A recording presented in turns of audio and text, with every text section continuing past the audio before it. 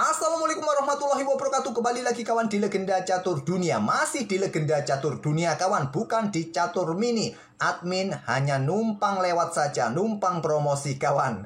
Mempromosikan channel kedua admin, Catur Mini. Channel yang khusus admin bangun untuk mengulas game ugal-ugalan, game brutal, game requestan. Bisa kalian request di Catur Mini ini kawan. Kalau Legenda Catur Dunia kita khususkan untuk mengulas game-game turnamen yang sedang berlangsung ya. Nah, kalau kawan-kawan ingin request game tertentu, baik di Legenda Catur Dunia, nanti saya pindah ke sini kawan. Bagi kawan-kawan yang belum pernah mampir ke Catur Mini ini, silakan mampir. Jangan lupa tinggalkan jejak subscribe kalian kawan. Dan juga like video-video kami, komen di video-video kami kawan. Masih butuh saran kritik kalian untuk membangun Catur Mini ini. Nah, tadi pagi admin ini mengupload game dari requestan kawan-kawan yang ingin melihat permainannya Murali Karthikeyan asal India menghadapi Alireza Firoza di tahun 2019. Ada pengorbanan menteri dari Murali Karthikeyan yang mengobrak-abrik Alireza Firoza sejak tahap pembukaan. Dengan nekatnya, dengan beraninya Murali korbankan menteri di mana Alireza belum menyelesaikan tahap pembukanya, menterinya langsung dikorbankan sikat kuda C3. Banyak sekali channel-channel Catur Dunia yang mengulas game ini kawan. Bagi kawan-kawan yang ingin tahu gamenya, silakan kalian kunjungi Catur Mini. Oke, itulah kawan sekilas iklan dari Catur Mini ya. Iklan tak berbayar. Kita kembali lagi ke Legenda Catur Dunia. Tapi ada hubungannya dengan Murali Karthikeyan untuk video kali ini. Karena game yang akan kita ulas ini juga game dari Murali Karthikeyan yang sedang bermain juga di Qatar Master 2024. Kemarin lusa dia sempat berada di posisi puncak bersama pecatur Armenia. Tapi di babak ke-6, pecatur Armenia San Sargsyan bertemu juga dengan Murali Karthikeyan. Murali dikalahkan oleh pecatur Armenia sehingga posisi Murali Karthikeyan sempat turun kawan. Turun di sekitar posisi ke-7 atau ke-6 kemarin, lupa admin. Nah, sekarang Murali kembali naik setelah mendapatkan kemenangan di game ke-7 mengalahkan Grandmaster Iran Amintabatabai. Sementara Qatar Master sampai babak ke-7 ini dipimpin oleh Andriy Esipenko bersama pecatur Armenia San Sargsyan dengan 6 poin hasil dari 5 kali menang dan 2 kali remis. Nah, tanpa babi bu lagi kawan, kita akan otak-atik satu game dari Murali Karthikeyan pada babak ke-7 menghadapi Grandmaster Iran Amintabatabai. Di Catur Mini, Karthikeyan tadi menghadapi Alireza Firoza tahun 2019 di turnamen Asian Chess Championship kawan. Saat itu Alireza juga masih menyandang sebagai pemain Iran. Sekarang Murali bertemu pemain Iran lagi. Langsung saja tanpa babi bu lagi. Murali mengawali dengan pion E4, Amin pion C5, Sisilia defense. Pion C3 bermain dengan Sisilia Alapin kawan, salah satu bentuk permainan Sisilia tertutup. Harapannya setelah pion D4 dorong, jual beli pion kawan, dan dengan 2 pionnya nanti dia akan mendapatkan kontrol yang bagus, yang solid di center. Beda ya, Sisilia terbuka kan seperti ini. Terserah kalian lanjutkan pion D6 kuda C6 atau pion E6 ya, anggap contoh pion D6. Nah, setelah jual beli ini, coba lihat. Putih hanya mempunyai satu pion pusat saja. Dengan permainan Sisilia Alapin seperti ini kawan, setelah kuda F6, pion maju, kuda D5, pion D4. Nah, harapannya ada 2 pion center yang bagus. Pion D6, balasan utama untuk memecah konsentrasi pion putih di center. Kuda F3 masih respon utama kawan. Nah, di posisi ini pilihan yang paling banyak diambil oleh hitam adalah kuda C6. Pilihan kedua pion E6 atau langsung jual beli. Pion E6 dipilih oleh Amintabatabai. Saya akan tunjukkan satu jalur utama kuda C6 ini. Nah, biasanya gajah akan ke C4. Bisa kalian lanjutkan kuda mundur ke petak B6 ataupun juga melanjutkan dengan pion E6. Kita pilih jalur utama yang paling populer saja ya. Kuda B6. Gajah ganti menekan kuda kawan ke petak B5 ini disusul dengan pion mungkin. Nah, kalian buka saja permainan. Pion dipukul pion E5. Kuda ambil balik gajah D7 blokade pin kawan. Kuda ambil gajah di sini. Menteri ambil balik. Kalian bisa melanjutkan pengembangan kuda C3. Nah, pion E6 bisa kalian lanjutkan juga untuk segera gajah keluar dan segera rokade. Putih rokade gajah E7. Menteri keluar kawan. Rokade pendek. Jangan khawatir kalau ada gajah 6. Kalian masih punya gajah F6. tak ada masalah. Ataupun ya menteri ambil pion D4 ini juga masih bisa proteksi pion G7. Ini yang kuat ya. Tapi kemungkinan paling banyak di posisi ini putih juga tidak akan keluarkan gajah kawan. Sikat dulu kuda ini agar tidak ada dukungan untuk ambil pion. Setelah ambil balik menggunakan pion, baru gajah 6. Nah, di sini gajah F6. Tidak mungkin dengan pion G6 ya, benteng jatuh. Oke, itulah kawan jalur kuda C6, tapi memilih dengan langkah pion E6. Kemudian di sini biasanya putih keluarkan gajah C4. Ataupun juga dengan langkah pion A3. Tadi di gamenya kan gajah C4. Saya akan tunjukkan satu lagi ya, pion A3 apa maksudnya. Untuk kontrol peta B4 ini yang biasa hitam akan kembangkan gajah terang D7.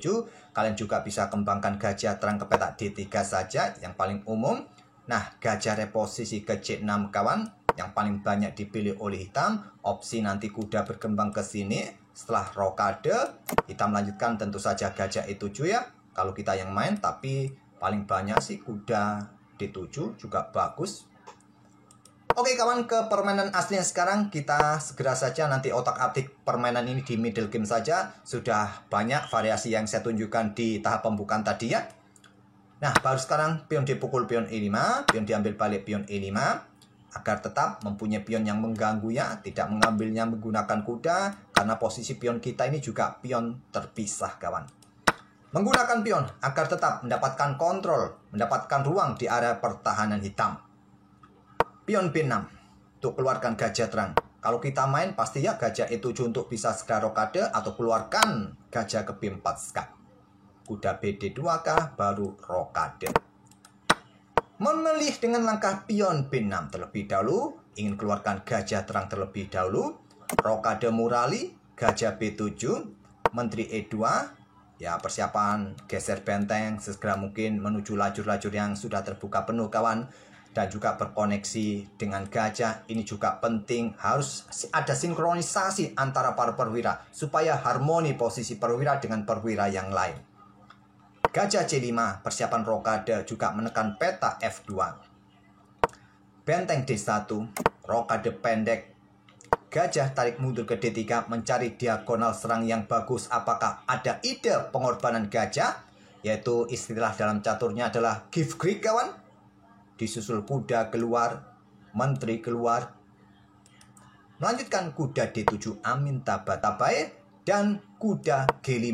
Langsung direct mengincar pion H7 bersama gajah kawan. Bukan langkah kuat. Apa langkah terbaiknya? Kembangkan para perwira ini kawan. Gajah D2, kuda C3 kawan. Bagaimana jika gajah ini diluncurkan kawan sekarang? Bisa kalian coba tapi bukan langkah kuat. Karena mudah juga diantisipasi oleh hitam. Raja ambil gajah, kuda G5 skak, raja mundur saja. Kalau ada menteri, kalian harus kembalikan perwira kalian. Salah satu kuda ini harus ke sini. Tidak ada cara terbaik lainnya. Harus. Sedikit lebih kuat dengan kuda 5 ini. Sekaligus buka juga diagonal terang kawan. Pion ambil. Kuda ambil balik, memang menteri kalian terancam, kalian juga mengancam menteri putih. Mungkin menteri ini mundur ke peta E2 terlebih dahulu, dan menteri juga bisa menghindar sekarang. Kalau menurut perhitungan engine, kurang bagus buat putih saat ini. Karena hitam masih bermain dengan sepasang gajahnya, coba lihat, gajah-gajah ini juga dalam posisi serang yang sangat bagus. Opsi terkuat bagi putih, lanjutkan pengembangan dua perwira minor ini. Di sini kuda G5 tadi dimainkan dan pion G6 untuk blokade diagonal terang. Kenapa tidak dengan pion H6 saja? Ini juga salah satu opsi terkuat. Opsi terkuat menurut perhitungan Stockfish 16. Mungkin yang tidak disukai adanya menteri E4, ancaman skakmat kawan.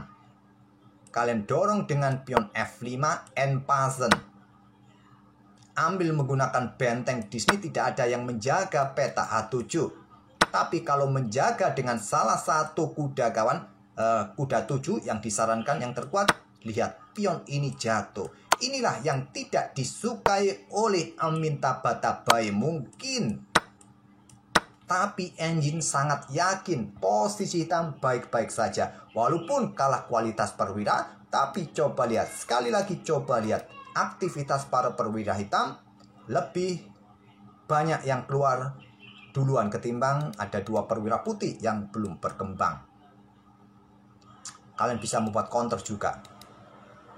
Sniper-sniper hitam juga sedang dalam mengarah arah pertahanan Raja Putih, kawan. Oke, kembali lagi ke permainan aslinya. Jadi pion H6 yang terkuat, tapi juga cukup beresiko membuat pertahanan hitam semakin terbuka. Pion G6 dimainkan oleh Amin Tabatabai. Murali melanjutkan pengembangan kuda C3 menantang pertukaran, diterima, ambil balik. Kemudian Menteri C7 jelas untuk menghindari lajur D ya, dari serangan X-ray. Sedang mengincar pion di sini, kawan. Gajah F4 melanjutkan pengembangan sekaligus lindungi pion E5-nya. Ada benteng F D8 dengan kuda F6. Jika pion ambil kuda, menteri mendapatkan gantinya gajah. Mungkin di sini gajah ini dipertahankan, mundur kawan, ataupun membuat langkah tantangan menurut engine, atau yang menahan diri saja, terserah kalian. Kembali dengan benteng FD8 Amin. Murali keluarkan menteri ke peta G4, siap geser ke lajur H dan ancaman pada peta H7, kawan. Kuda mundur ke F8 untuk backup peta H7-nya dan juga buka akses lajur D ini. Di sini pion H4 ingin bongkar barikade via cento hitam depan raja. Benteng angkat naik ke baris ke-7, persiapan doubling, kawan. Nah, di sini gajah E4 buka tantangan pertukaran benteng atau gajah di sini. Bisa saja kalian terima, kawan, bisa saja nanti dilanjut juga geser benteng, tapi di sini Amin memilih doubling benteng terlebih dahulu.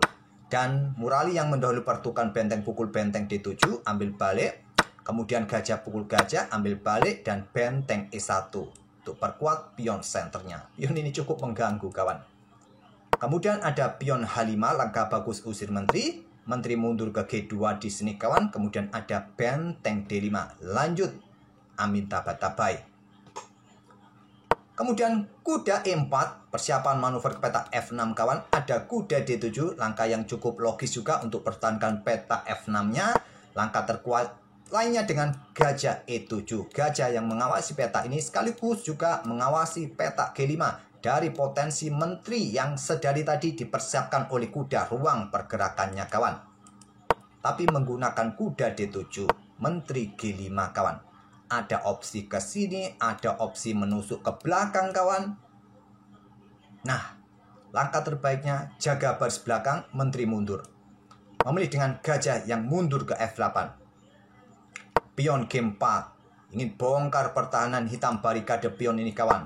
Ditolak dengan gajah G7, menekan pion yang di sini, dan Murali melanjutkan dengan pion G pukul pion H5. Langkah terkuat tetap mempertahankan pion ini, kawan. Dengan langkah kuda ke D6. Tujuannya apa? Untuk membuka lajur E bagi benteng menjaga atau pertahankan pion ini, sekaligus persiapan bagi menteri mencoba menusuk nanti, kawan, menekan peta F7. Ini akan memaksa benteng sikat kuda. Kalau kalian mencoba menteri ini mundur ya, untuk segera nanti backup menteri E7. Kalau ada menteri ke sini, kawan, coba bergerak untuk pertahankan peta F7. Kuda jatuh, kawan. Jatuh kuda, repot. Oke, kembali lagi ke permainan aslinya. Jadi tidak dengan kuda D6, memilih dengan langkah pion G pukul pion H5. Kuda ambil pion E5 sekarang. Gajah ambil balik oleh gajah. Persiapan skak, kawan, mendapatkan menteri. Menteri lari ke peta G4. Tetap untuk memposisikan diri mengepin pion ini. Dan gajah tarik mundur lagi ke G7. Menteri G2 harus berhati-hati di sini. Menteri hitam, kawan, dalam posisi yang cukup serius ya. Ada potensi pion C4 ganggu benteng dan benteng terbuka. Mungkin mundur berkoneksi dengan menteri. Tapi juga awas, lagi-lagi ada ancaman, kawan. Pion juga siap dibaku hantamkan. Menteri bergeser ke peta E7, mengincar pion. Di sini kuda G5, langkah yang bagus sebetulnya terlihat ya untuk blokade ancaman terhadap menteri dan juga menteri sikat benteng mendapatkan menteri di belakang, kawan. Tapi langkah terkuatnya melanjutkan saja dengan pion pukul pion di sini, menteri ambil pion A4 di sini, jual beli lagi di sini, kawan. Raja ambil dan seterusnya, mungkin usir benteng dengan pion C4. Memilih dengan langkah kuda G5 Dan langkah terkuatnya dengan gajah F6 saja. Berkoneksi dengan menteri kawan. Jangan khawatir kalau ada taktik seperti ini. Jangan khawatir. Jangan khawatir. Kalian juga bisa mendapatkan gantinya. Cukup menarik. Permainan dilanjutkan dengan komposisi seperti ini. Tapi dengan menteri ke F6 menghindari taktik seperti itu. Silakan kalian pause video ini untuk beberapa detik dan coba temukan langkah yang bisa dimanfaatkan oleh putih untuk memanfaatkan blunder menteri F6 ini.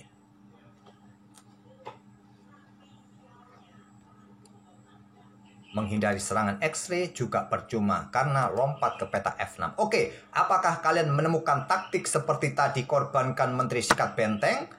Kalau kalian menemukan langkah ini kawan, saya rasa elo kalian sudah di atas 2200. Ya, inilah langkah dari Murali Karthikeyan. Terima, benteng meluncur skat. Blokade. Ya, tidak ada cara yang lain ya. Raja sudah tidak bisa bergerak, ada yang mengawal. Blokade satu-satunya cara. Sikat. Tidak mau ambil. Mau ambil apa tidak mau ambil? Kalau tidak mau ambil di sini kawan, ya seperti ini kawan. Dan kalian bisa saja sikat ini ya, langsung saja. Dan kalian bisa mengawal 2 pion bebas kalian nanti sekaligus. Raja ambil, raja naik ke peta kedua. Tetap, kalian juga punya pion. Oke, di game aslinya kawan, di sini raja ambil benteng. Kuda H7 skak. Dan Amintabhadabhai menyerah. Karena permainan jika dilanjutkan, bedanya di sini kawan. Coba lihat, bedanya pion tidak pukul pion lagi, tapi dorong. Dorong untuk membatasi pergerakan raja. Ya, kalau kalian dorong langsung nanti ya masih bisa dikejar oleh raja ya. Tahan sampai raja kalian bergerak bisa promosi. Kalau pion ini didorong, berikan ruang pergerakan bagi raja ya, ambil saja skak. Tidak mungkin diambil oleh raja, dorong pion bisa promosi. Oke, permainan yang cukup ciamik, finishing dari Karthikeyan kawan tadi. Di langkah keberapanya? Di langkah ke-32-nya saat menteri hitami keluar ke peta F6, korbankan menteri sikat benteng memberikan jalan bagi bentengnya sendiri, terpaksa blokade dengan gajah F8, sikat, ambil balik oleh raja, kuda H7 skak, raja bergerak.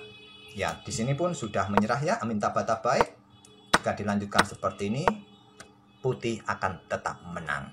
Oke, semoga bisa menghibur kalian dan bisa jadi bahan referensi saat kalian memainkan Sisilia Alavin dengan berbagai alternatif yang admin tunjukkan tadi ya di tab pembukaan.